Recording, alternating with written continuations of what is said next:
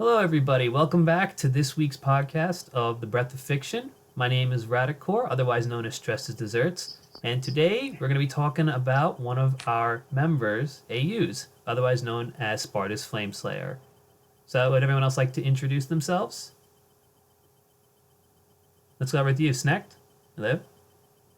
Hi, I'm Snacked, also known as Gajima Bro.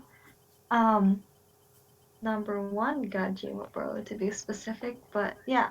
I've read the latest chapter of Flameslayer, so, um, So it's all good, right? Callie? yeah. Um, yeah, just call me Callie. Well, not Lord Callie, or just Callie. Yeah, just Callie's fine. All right, and and our last person. No differentiation between the classes. Okay. And then that leaves me, Sparta, the focus of tonight's podcast. Unfortunately, DCC couldn't be here with us tonight, but he should be back here for the next podcast. Is that right, Radicor?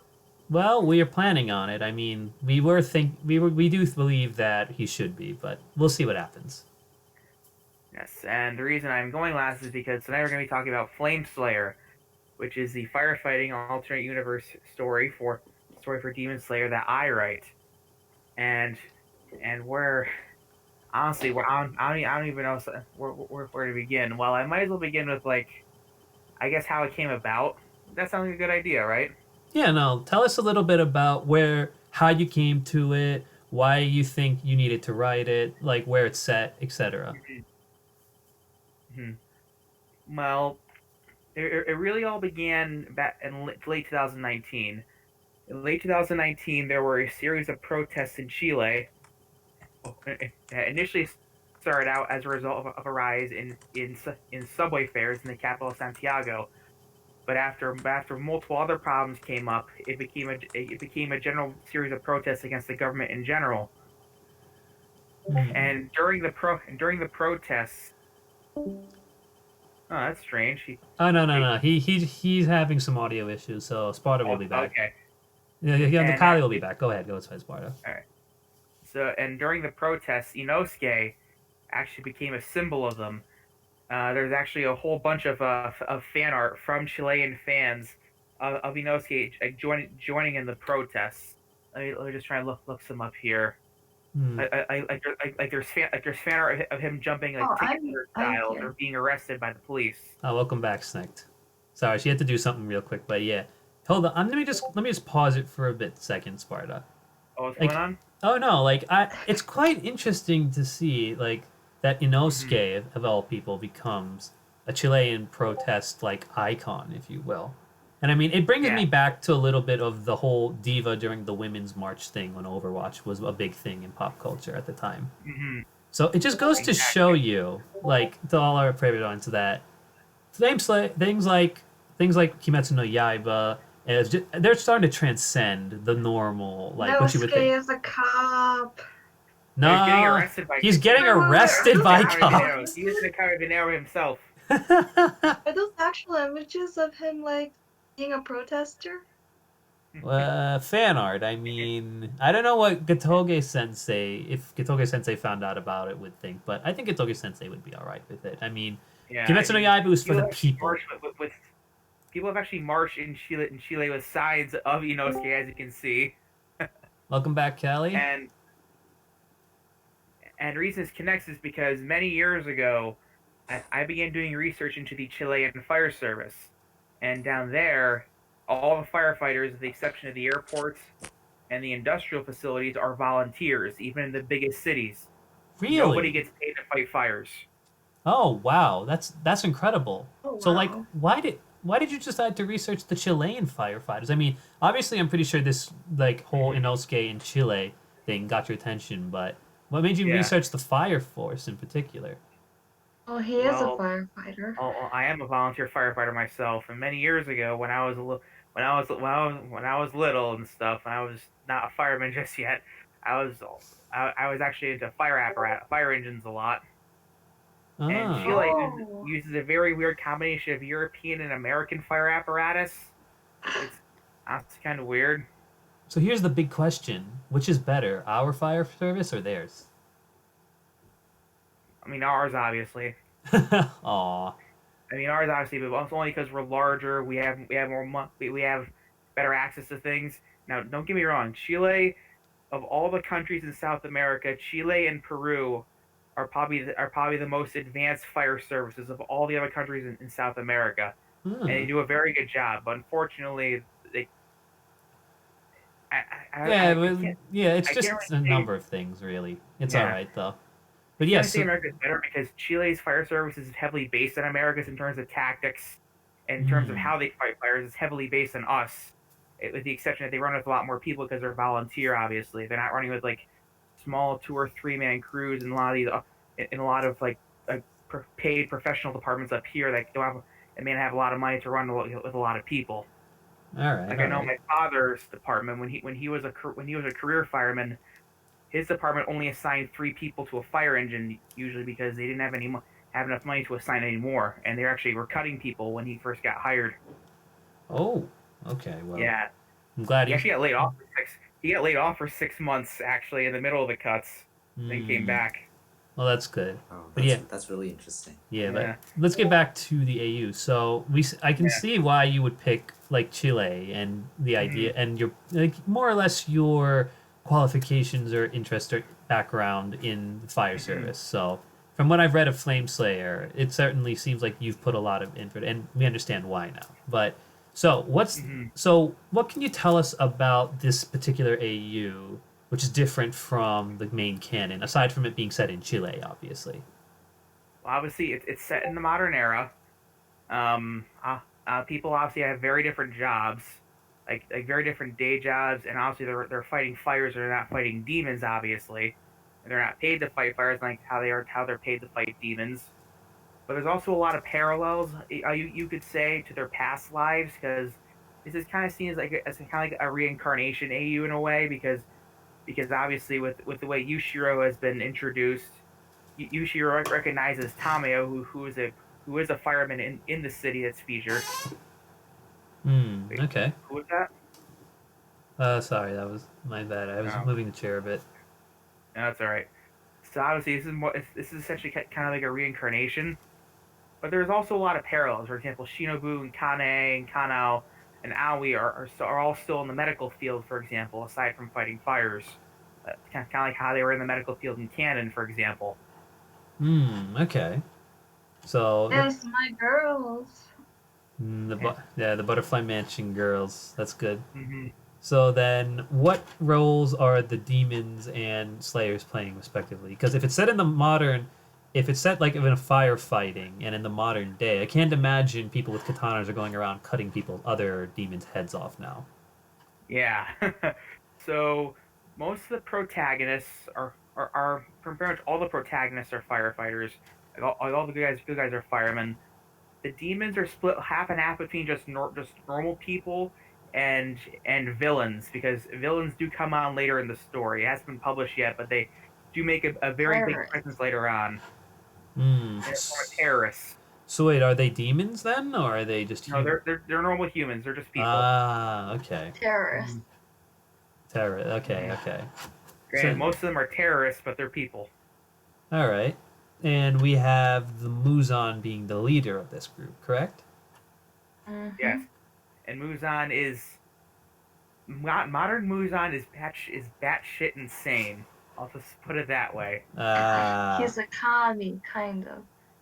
just a Yeah, con. Like, he's so many of his views are based in communism, but like he's so extreme that even the Communist Party of Chile kicked him out because he was too far gone. Essentially, Was it Pinochet who was the that's dictator? how that's how not right in the head he was. oh, Essentially, Pinochet is like That's the not the no, commie. that's the guy he Pinochet is replaced. He's like the guy who the replaced it. Who replaced them? yeah. Pinochet was the man who overthrew Salvatore but Allende, who my was a socialist. university helped him overthrow Allende.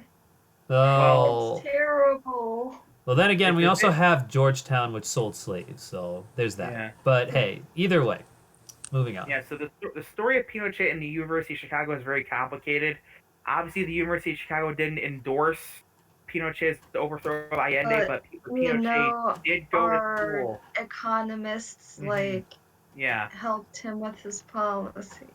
yeah. Pinochet did go to did attend economics classes at the University of Chicago, and it did certainly shape his economic policy in certain ways. Though he did deviate pretty heavily from Milton Friedman, like especially later on in his rule.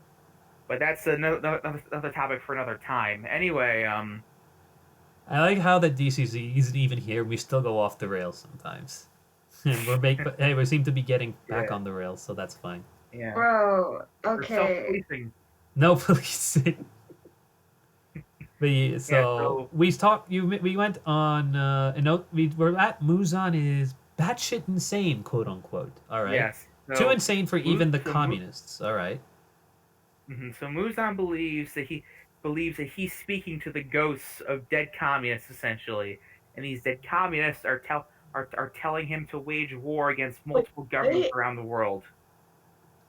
Okay, so that kind of batshit insane. All right. this is not the most insane plot point you told me, Sparta.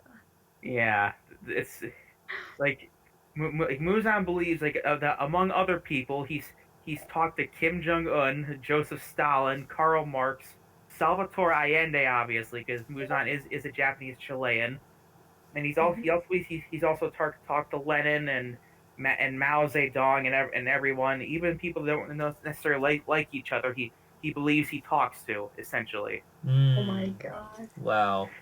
So is are Musan's principles more like Marxist communism, or are they closer to like Stalin's total,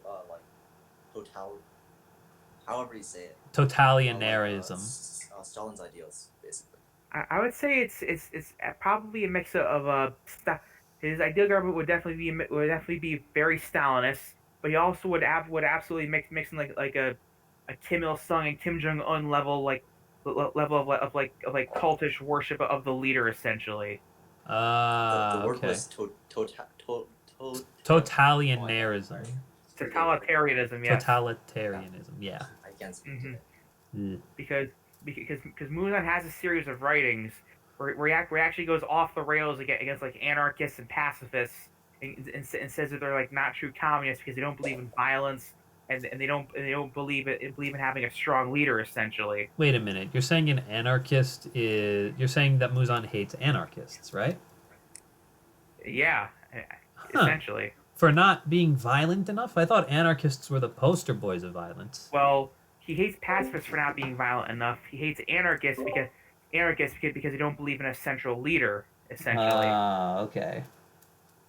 I see, I see. So that's Muzan's modus operandi. So how does the demons, the moons, the lower moons, the upper moons, and the regular demons, how is this working into the story?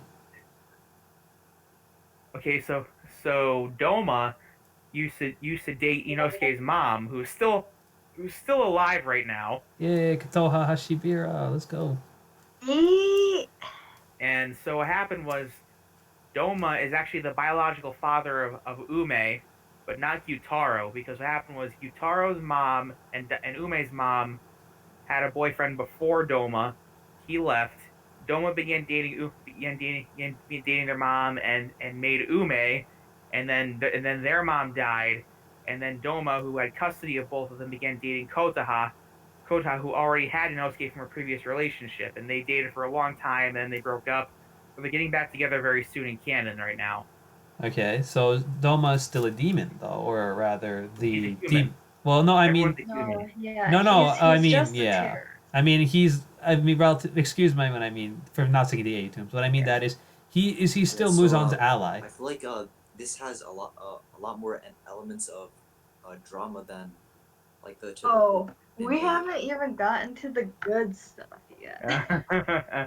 Yeah. So what they don't. So Doma was a traditional, so like democratic socialist or social democrat within Chilean politics. He was a member of the Socialist Party, which is more of the social democratic party in Chile nowadays. What they don't know is that he's been radicalized by Muzan over time, and it isn't until a couple years later down in the story where they realize that he's way far gone essentially. Ah, I see. So that's Doma. What about Oh, Kokushibo then? So Kokushibo is the code name for Michikatsu. Michikatsu Sugikuni and Yorichi Sugikuni were both used to be soldiers in the Chilean army, and they also were both members of the Socialist Party in Chile in the 2000s. But they both grew apart because while Yorichi moderated his views and became a social democrat, Michikatsu became more hardline in his views and left the Socialist Party, became a member of the Communist Party eventually. Yep. So you're saying Me and that my characters have political affiliations. that's a can of worms. I don't know. But you so is Yorichi still alive then? Yes, Yorichi and Michikatsu are both still alive for now. Oh, okay. Hmm. So And then we got Yorichi's actually a high-ranking member of the Socialist Party, actually. oh What? Oh, Well, wow. I mean, he's not a socialist per se. He's a social democrat, but still. Hey, my boy Yorichi. So then, well is Ubiya Shiki the head of the socialists then? No, Ubiyashi is the chief of the Flores Cerezo Fire Department. oh okay. So all right. So relative to in the story, we have two sides going after each other. You have the demon slayers and the demons. Now, in your AU, since all the characters are firefighters and not technically like politicians or military people, if Mhm. you will, Oh, how do they come in? Uzo is technically a cop. We didn't get to him yet. Oh, Callie dropped. Oh. I think. Yep. Callie should be back. Yeah, there he is. But yeah. So, how do Like, like in relative? How is the fire? Obviously, other than acts of arson, which they're going with, like, is there going to be like some sort of confrontation between the fire department and mhm. Muzan's terrorists, if you will? Yeah. So early on, who's a firefighter right now, he actually turns out to be an arsonist. And after Rengoku, who is also a volunteer fire investigator and a volunteer fireman, and a college professor in the city, after he helps put him in prison, Kayaku gets radicalized by Muzan by a couple of Muzan's followers that are also in prison with him. For Hmm. example, that's one of the ways where they end up Oh, colliding. Obviously, Rengoku also helps go after a couple other people that set a church on fire that are from his group because Muzan hates religion. Oh no! How many Christian churches and Christian landmarks in Chile must be the targets of his wrath? Oh no! I mean, he burns down it must he be tries to burn C. down the main cathedral in the thankfully fictional city of Flores de Cerezo, for example. Hmm. He's like, I'm the only religion that matters. Me, me, me. The cult of me. I don't know. Yeah, It's pretty much. Yeah, so basically, that's one way they sort of confront each other, all right. So they and conf. obviously other ways include the fact that aside from being volunteer firemen, Uzui and Mitsuri are actually both police officers, but they're both in different police agencies in Chile. All right. Didn't you Because say something about like firefighting and police like working together at some point? And you were talking about like you said like the firefighters always come to something to an emergency. I mean, in many areas, police and fire work together wonderfully. Obviously, in Flores Cerezo, even though it's a fictional city, is no exception. Obviously, the police go to all fires. Fires, obviously, a fire department goes to all accidents with the police, with injuries, obviously, and they Okay. really get along well. And obviously, because the city has a volunteer fire department, there are several police officers that are among its ranks that also fight fires when off duty as volunteers. So Ah. do breaths play a role in this AU? No, unfortunately, because it's in the modern era. I see. Okay. So do the motifs of the breaths associated with each character make an appearance? Like let's put it Um, this way. I'd Gyu's a say water breathing possibly. user. So is Gyu like associated with water or something, or some activity in this particular AU? I wouldn't necessarily say as much because I can't really figure out how to fit the breaths into this. I don't want to say breaths accidentally. I want to say breath, not The breaths. first one I kind of heard that, so I don't know about that. Oh, come on, Ryan. I know, no, I'm not Oh, joking sorry. either. I'm pretty sure half the viewers watching this are going to be the same way. I mean, even DCC might do it. DCC, if you're here Mhm. in your sleep or whatever you're doing, do a quick shout out, if anything. Like in your sleep, you're just like, you mean breast, Sparta. Something I don't know. You're here in spirit, DCC. We all know it. Yeah, So anyway, back to the police thing that I mentioned with Mitsuri and Uzui earlier. So there's two different police agencies in Chile. There's Carabineros or the Carabiniers. They're actually a military police agency that does most normal police work. Uzui is a member of them, but there's also the PDI or Investigation Police Department. The PDI, what they they're essentially the detective agency of Chile. They're all civilians, and what they do is they primarily investigate crimes. And Mitsuri is a member of them and is going through their academy right now. Okay. So Uzi would be the one who pulls you over for doing like 55 in a school zone, for example.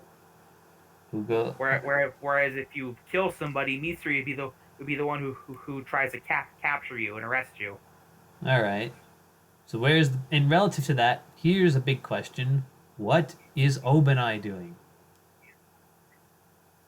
Obanai, his family runs a restaurant actually, and he is employed at said restaurant. He also he also owns several snakes and several other reptiles. So he's a And breeder? Yes. hmm, but does he crush on our girl Mitsuri still? They're in a relationship right now, and the Ah. only reason they're not married is because in the PDI Academy, which is 3 years, you have to be unmarried for the entire duration of the academy. So as soon as Mitsuri graduates, they're going to get married. Oh, okay. So does Rengoku still Mitsuri's teacher then? Or does not or does Rengoku something else? I can't remember, I'm sorry. So Rengoku currently is the first captain or the head captain of Company Two, because the fire department is broken down into a series of fire companies and rural fire brigades, and Hmm. Company Two or the second company, or as it's known in Spanish, Segunda Compañía. Rengoku is the first captain of the company, and even though he's 20 and can, he's actually the oldest of the pillars in modern era. He's 28, whereas the other pillars are 23 or currently 23 or 26. Ah, okay. So, 23. So what exactly does a pillar mean in this AU? not nothing. It's just I just use it. I just use that to reference which characters I'm talking about essentially. Oh, I see.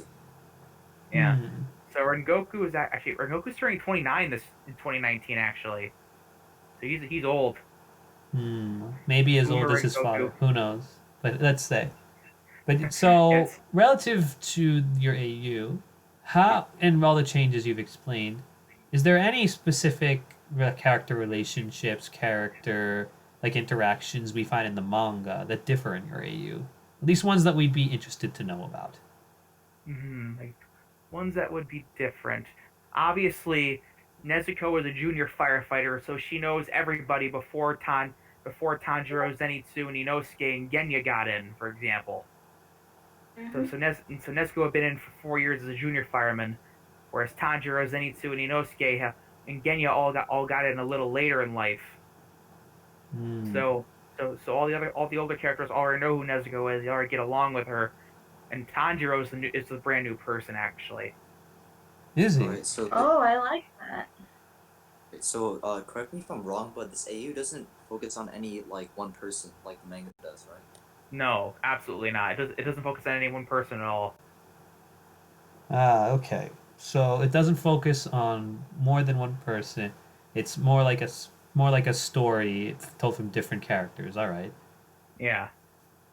So what do you think you want to do with this story? Like, I mean, obviously, this story brings into connection your work with firefighting, your interest in firefighting, interest in Chilean like the incidents every year. So where do you think this is gonna go, relatively speaking? Well, obviously, once they get into the later months of 2019, the protests that happened that year will become a critical plot point because obviously there constantly fires do happen in the city during the protests. Some accidental, some not so accidental. Let's just put it that way. And Inosuke gets arrested in the middle of the protests, which causes some issues. Oof. Oh. And Mitsuri's school is actually in Santiago. She goes to school in Santiago 4 days a week, and while in Santiago, she's actually pulled out of school to help assist with the crowds there, and she sees some things done by Carabineros that she's not meant to see, and she gets threatened because of it. Oh. Who threatened her? Like Muzan? No, other Carabineros, other Chilean cops, because Oh, I see. because she saw them do some things that she wasn't meant to see and that they weren't actually allowed to do, like some brutality things. And if What she podcast? and I mean, sorry. go ahead. Snake? Continue, Sparta. Okay, so we get to Mitsuri being the person who saw something she wasn't meant to see. All right, and we have Yeah. the Chilean protests as the focal point of this particular AU, at least plot wise. All right, Yes. cool. And so she gets threatened, but eventually she does manage to turn them in, and actually gets 2 cops fired as a result, which is good.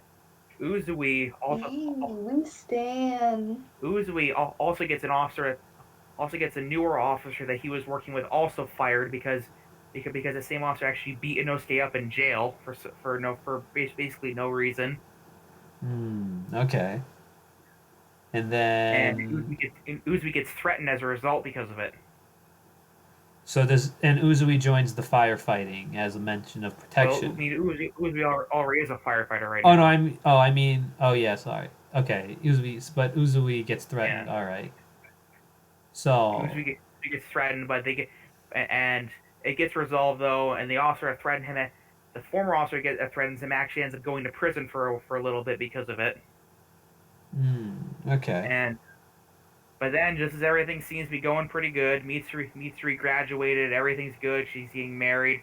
Kanai and Shinobu are about to have babies from Giyu and from Sanemi and Giyu, obviously. You almost inverted that. I've been like, what the hell just happened there? Yeah, no. Like, are Yeah, are you that kind of person, Sparta? Are you really that kind of person? And then Javier died. And then just as all that happens, March 2020 happens, and you got and Corona? as we're all sitting in our homes, Corona? we can probably guess what happened next. Corona? Yes, I mean real life affects the story. So, Oh no. COVID-19 also affects the story too. Ooh. Wait, does that mean the J.K. Rowling scandal is like That's a real canon in thing, your yes. story? That's a canon thing in the story. Yes. Can we have characters call her a turd? Just kidding. Go on. So I'm sorry. most real life events do affect the story. Only thing that's changed is it changed the name of Chile's president. It also changed the name of Joe Biden. But but Donald Trump's name is still the same, for example. Okay. But yeah. But like I changed the name of Chile's president. I changed the name of Joe Biden, who's going to be our next president. No matter what a certain other guy has to say about that, but that's another topic for another time. But No. The new guy is Joe Biden, Baidn, named after the guy who is in Japan with the actual name like that. That's what you should do. He's not Joe Biden. He's Joe His name is Biden. going to be Edward Barton, I think, Uh, or Eddie Barton was his name. no, that's still good And the too. reason I changed your names is I changed your names is because I don't want the FBI on my ass. Because some bad things happen to both of them eventually. Oh, okay. but not Donald Yeah. Trump So apparently. eventually, 2021 rolls around. Things once again finally get better for everyone, despite some tough times in 2020. So at this point, Kanae Shinobu Kananawi have been running a gaming channel I mentioned in one of the previous chapters. Twitch. Whoa, we got medical gaming. Let's go. Yeah. Hey, that should be my thing, medical gaming. Snack, you can join me. We're both pre-meds, that's fine. I don't game that much, but okay. Nobody, they're doing just very nobody good. games until they game, Snack. We can bring you up to speed. It's okay. But yeah, They're doing pretty good because they're streaming in Spanish, Japanese, and English. They're streaming in all three languages because they can speak all of them to various extents. And then November 2021 rolls around, and things just get worse, unfortunately, for everybody involved, because Muzan decides to enact his Day of Rage and his worldwide Day of Rage that on November 8th, 2021. Do that. Okay, so then everything, the calm before this, there's the storm, or rather, like the initial. I'll just use the tidal waves as a second. There's the initial flood with the protests. Then there's the receding, which is like everything getting better, and then things just start going downhill when Muzan decides, like, you know what, this is D-Day. I'm gonna start my reign of terror now. Is that right? Essentially. Oh boy. And Buckle up, Chile. and It's about to get Muzan's spicy. Muzan's D-Day consists of a variety of worldwide attacks against multiple targets, both planned by him and independently planned but endorsed by him, for example. And I actually have a Google Docs if I get me a call from the FBI that details what his plan is, and Okay. it's First, very bad. okay, first things first. One, as long as this podcast does go out, they cannot prosecute you because they'll know it's just part of fan fiction. And number two, because 2020 is already gone by basically, because it's like December 12th right now, soon to be December 13th. You can't plan an attack a year ago because it's already gone. So I think you're safe. Well, it's happened in 2021 though. Oh, I thought you said 2020. I'm sorry. No. Okay, in that case, then disclaimer, 2021. FBI people watching this, Sparta is not trying to actually plan these are just for a fan fiction thing. You're just using it for fictional purposes. It's And like besides- cyber. And besides, Muzan is unquestionably a shitty person, and fuck him for doing all this in the story. This is not to be portrayed positively at all. Why didn't we make this disclaimer at the beginning? I don't know. Why are we getting to it halfway through our assumed time at half an hour? I don't get it. I mean, with At least Sparta's you made works. disclaimer. I mean, with Sparta's works, we should have put a disclaimer on this. Why didn't we do that? Nah, but anyway, go on. There's also like gonna probably be a lot of sexual content and explicit violent content for the rest of this work. So And cussing. Don't forget the sure. cussing. Don't forget the cussing. Yeah. So far the plan consists of attacks in let's see 1, 2, 3, 4, 5, 6, 8 different cities and multiple different locations in said cities around the world. And do you want me to go down the list or just make it brief? Give us you don't have to go into particular detail, like, yeah, that, like, in terms of where, just give us, like, if we would know it, then that's fine. Like, I mean, obviously, if it's essential to the story, like you mentioned your imaginary city in Chile, if something happens there, give us, like, that idea. But if it's something like London, then just say London. We don't need to say London, England, but go for it. Yeah. So the attacks that are focused on heavily are the ones that happen in the city, which is known as Flores de Cerezo, which is Spanish for cherry blossom. Very fitting because in the story it was a city created to house Japanese laborers. Oh. And so what happens is the Tengu brothers, which are a group of like seven terrorists that are part of Muzan's group, all named after Tengu's different forms in Demon Slayer. They rent rooms in what's known as the Banco de Iglesias Tower, which is a huge bank headquarters. It's the tallest building in the city. It's 45 stories, and they rent rooms in a hotel within that skyscraper, and they rig explosives in 3 of the rooms. And at 11:55, the explosives all go off at the same time and severely damage the building. So it's like the Mumbai terror attacks in 2008, basically. Sort of, and ultimately what happens is about 2 hours later, the whole building falls down because it's too far damaged to stay up. Oh, rest in peace, fictional people. Rest in peace. Including quite a few characters in the story. Oh no, here we go. Now it becomes act vintage K and Y character deaths. Sabito, Rokodaki. Actually no, Sabito's already dead. Remember? Oh. Sabito's already Did dead? Kane die? Yeah, I remember Sabito died in 2016. Oh. Yeah, Sabito died in a supermarket fire in 2016 in one of the earlier chapters. Okay. So Sabito doesn't die because you can't kill what's already dead. Fine. Yeah, same with Makomo. And say, but What about Kane? Does she? wait. Let's just let Sparta tell us who dies. All right. So Kane dies. All right. Obviously. Kane dies. Sorry, Sane Kane. Rengoku dies. Wait, who? Rengoku's grandfather, who was an OC, dies. Ooh. Okay, so we got 2 Rengokus. We got Kane. Okay. Urokodaki dies. What?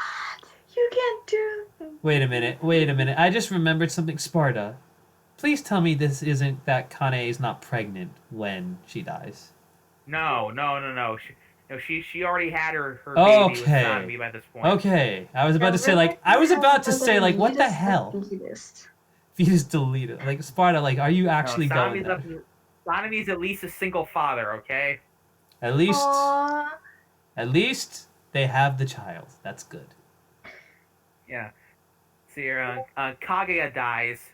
What happened was he was outside the building because he was a chief, but he was crushed by the debris when the building came down. Oh shit. Okay. Mayo doesn't die, right? I know, it's very sad. So is those the only 4? Does? Wait. So Tamayo died. Ozaki dies. You mean the girl, like, from Nataguma Mountain, right? Yes. What happened was she is a firefighter, but she's also a dispatcher. She was working the first about 10 minutes of the attacks before she was relieved and allowed to go to the scene, and she died later on when the building came down. Oh no. So Murata lives, who's her boyfriend, but Ozaki dies. Oof. Rest in peace, Murata. Rest in peace for your feelings. All right, so trying to decide who else should die. Maybe we can debate that. Who else? Well, Genya and Mui don't die. Genya gets shot later on by Doma and Kagaku, but he lives. Okay. And Mui. Because Genya became a cop later on, and he gets shot while hunting them down. I have to say one thing. For being Gajima Snect, you certainly wanted to kill Himejima off very quickly there. Okay, look. If a character is my favorite, I want them to suffer more than I want them to be happy. Remind me to tell that to any significant others you have. Yeah, I just thought. So that's hilarious. It's different with people. How am I supposed to know that until you say it? But yeah, so okay, we don't have to go through things you haven't planned out already, Sparta. So just tell us what you have planned, or something you might find interesting. So soon after the bombs go off, Doma teams up with the Hantenku brothers, and they actually break into prison to get Kayaku out, who also instigates a prison riot to help escape in the nearby real life city of Kyoto, which has an actual prison in it, by the way. Oh. Okay. Yeah.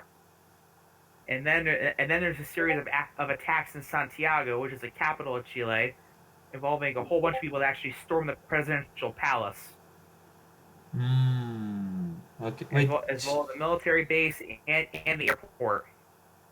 Presidential Palace, military base, airport. All right. So we got a raving Plus a couple terrorist of mob. targets before you get to the palace, like in Mumbai. Oh, okay.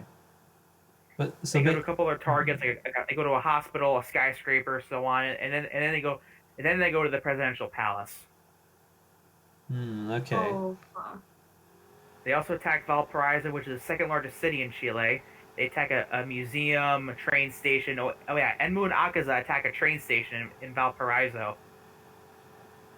Valparaiso. All right. So And they also the city's under other siege. people. All right. What's going on? The city is basically under guerrilla warfare siege, right? Essentially, there's also an attack against the Congress of Chile, which is located in Valparaiso at the same time. Mm-hmm. And then there's an independent attack that takes place in Australia at the same What? exact time in like around midnight. So some people go around and start setting fires in Canberra before they attack a nightclub that's frequented by people of the Australian government and military personnel.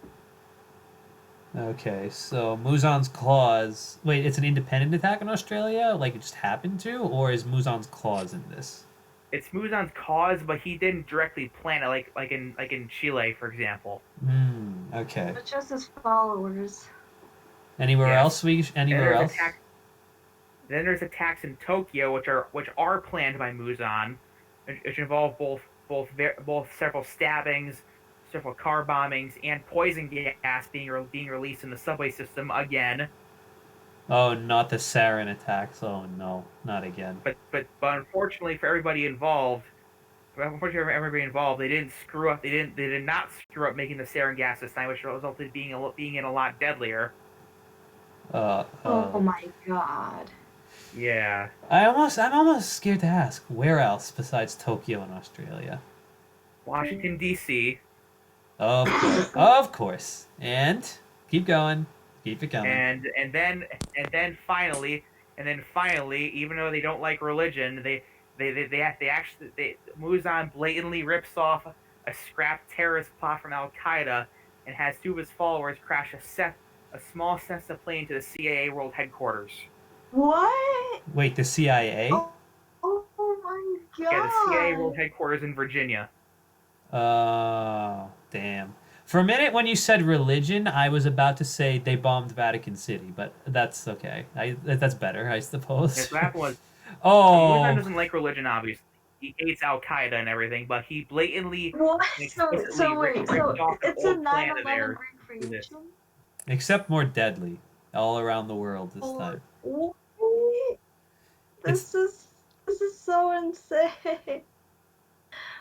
So the CIA thing is was actually a piece of a scrapped plot that Al Qaeda had many years ago, and so ever heard of a thing called the Bojinka plot by any chance? Yes, I know exactly what this is. Is that like the Republic of The that Philippines. imaginary Yeah. country?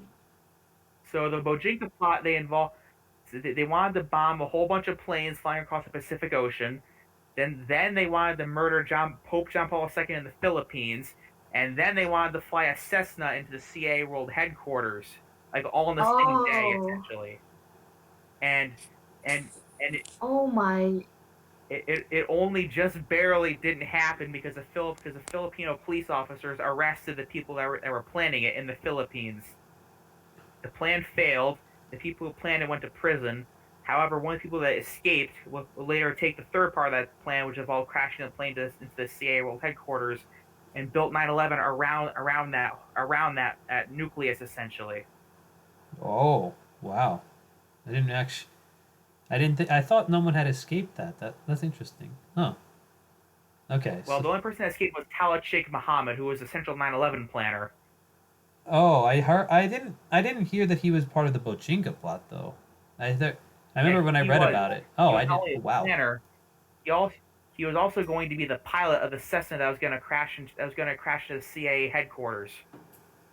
Ah, okay. See, okay. So, what are the aftermath? Like, globally Wait, what was speaking, that?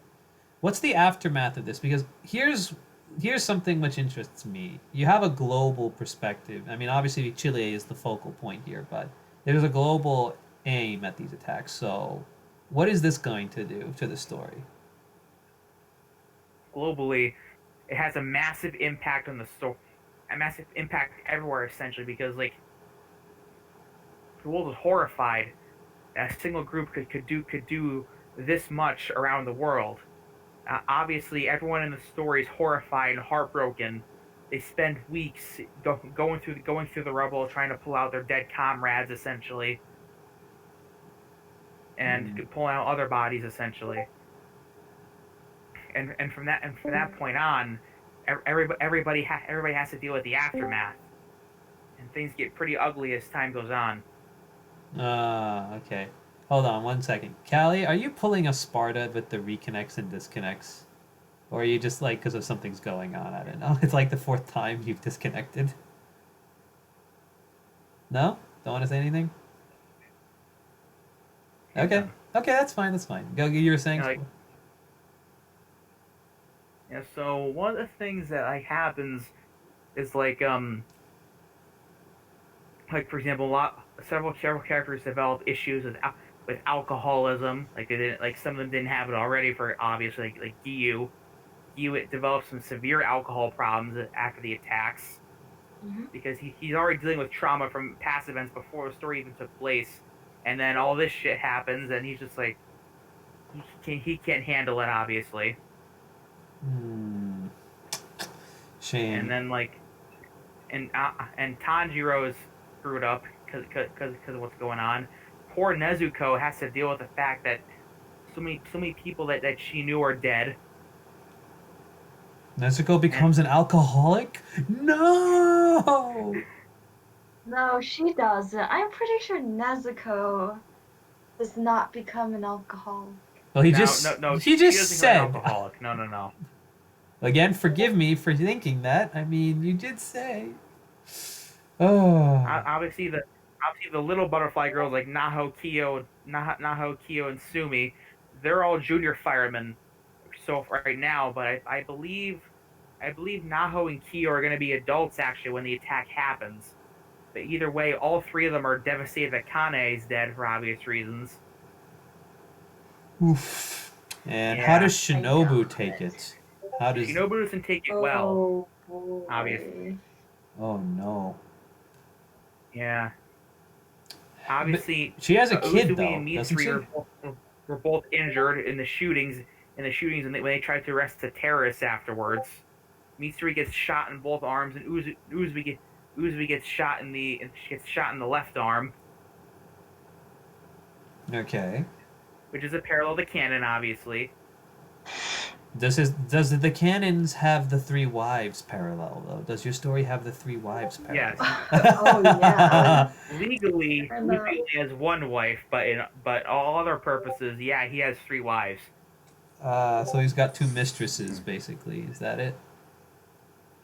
Well, legally, the government believes that Uzui has 1 wife and then has 2 lesbians who live with him too. Oh. Dang. And in fact, his 3 wives were actually all dating each other before Uzui got involved too. Oof! Wow. Okay, yeah. Well, that's interesting to see in terms of what's going on in the story. Mm-hmm. Ask some questions though, but I don't think I should probably ask them on stream. We should wait for, or at least on podcasts. Yeah. Oh. Wow. All 3 of his wives are also firefighters, but they're all firemen in Company 3, not in Company 2, because Hinatsuru is actually part German, which is important because she's in the German fire company, which is founded by German Chilean immigrants. And in fact, her maiden name used to be Albrecht, which is a German last name. Albrecht. What does it mean? Albrecht? Let me look that up, actually.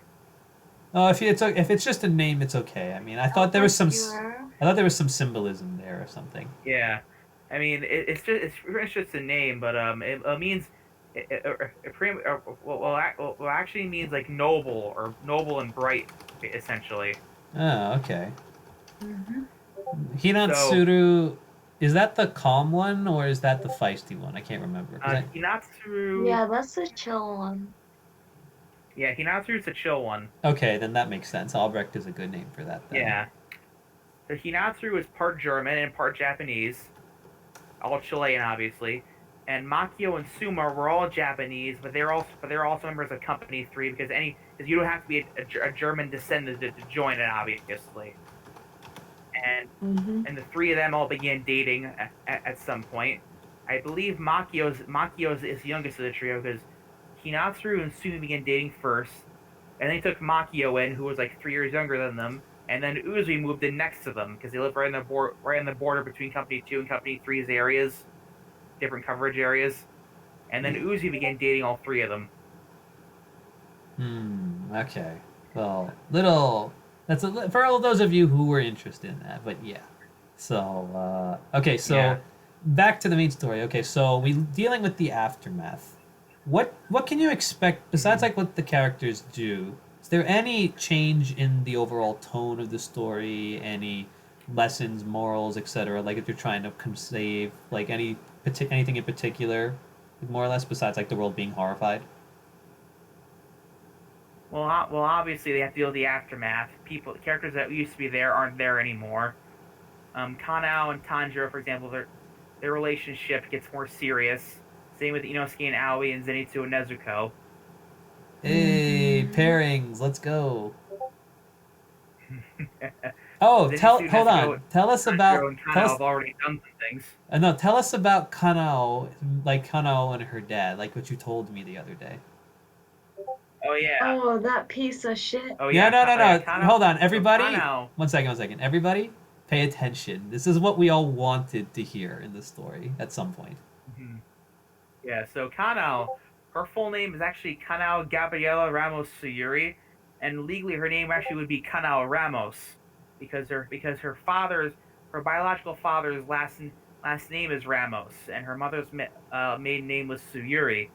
However, her father was an abusive piece of shit, and one time when she was 13, Kanae and Shinobu were on a medical call because the fire department does run ambulances, and they encountered Kanao, who was her parents called for, and Kanae could tell something was wrong, and actually Gyome was there before he went blind in that little fire back in 2016 that also killed Sabito and Makomo. But that's a different story. Anyway, so Beat him up!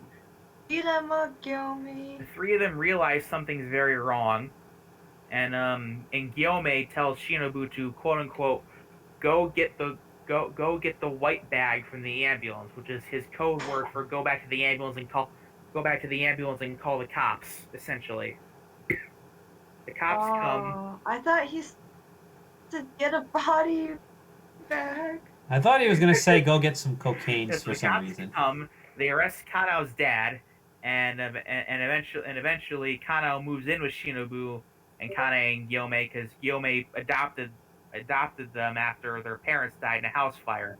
Ah! And eventually Feeling Dajima fantasies right Kanao here. gets adopted by Gyome legally. Okay. So, and should I go into detail about like Kanae and Shinobu's parents and stuff, or We can save that for another time, I suppose. But Yeah, I think you Get did to put the- that in the latest chapter. yeah. Get to the part with Kanao and her dad, please. I think everyone wants to hear this. yeah. So at one Oh, point, shit, yeah.